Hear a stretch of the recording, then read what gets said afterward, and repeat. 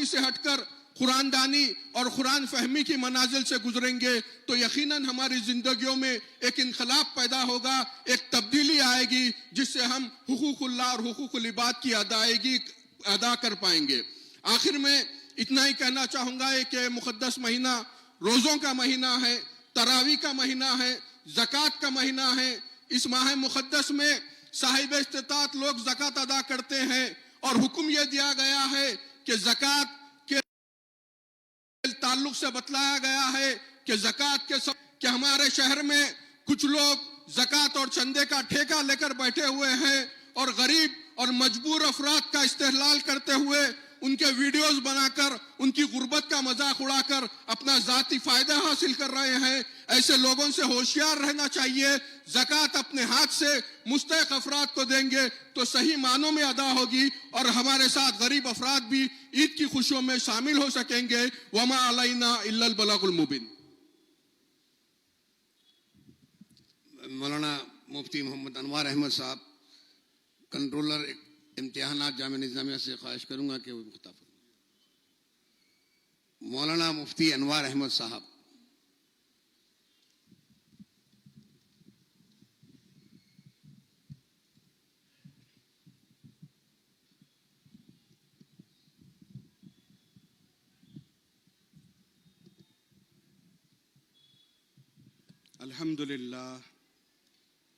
الحمد للہ رب العالمین والصلاة والسلام على سید الانبیاء والمرسلین وعلى آلہ الطاہرین واصحابہ الاکرمین اجمعین، اما بعد۔ قال اللہ تبارک وتعالی فی کلامہ العظیم: اعوذ باللہ من الشیطان الرجیم، یا ایہا الذین آمنوا کتب علیکم الصیام کما کتب علی الذین من قبلکم لعلکم تتقون۔ وقال تعالی: ان اللہ وملائکتہ یصلون علی النبی یا ایہا الذین آمنوا صلوا علیہ وسلموا تسلیما۔ اللہم صل علی سیدنا شفیعنا حبیبنا نبینا مولانا محمد بارک وسلم صلاة دائمة مقبولة تؤدی بها عنا حقہ العظیم۔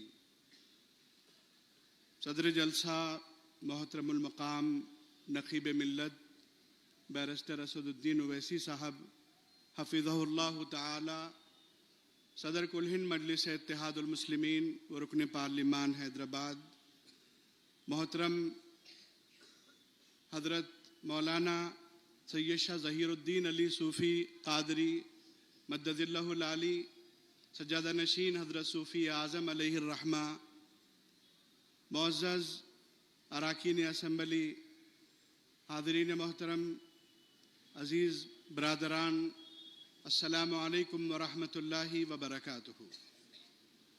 ماہ رمضان المبارک کی مبارک ساعتیں ہیں۔ رسول پاک صلی اللہ علیہ وسلم نے ارشاد فرمایا، بیہقی شریف کی حدیث ہے: لو یعلم العباد ما رمضان لتمنت امتی ان یکون السنۃ کلہا، کہ اگر لوگوں کو رمضان کی قدر کا اندازہ ہو جائے تو میری امت تمنا کرے گی کہ سال تمام رمضان رہے۔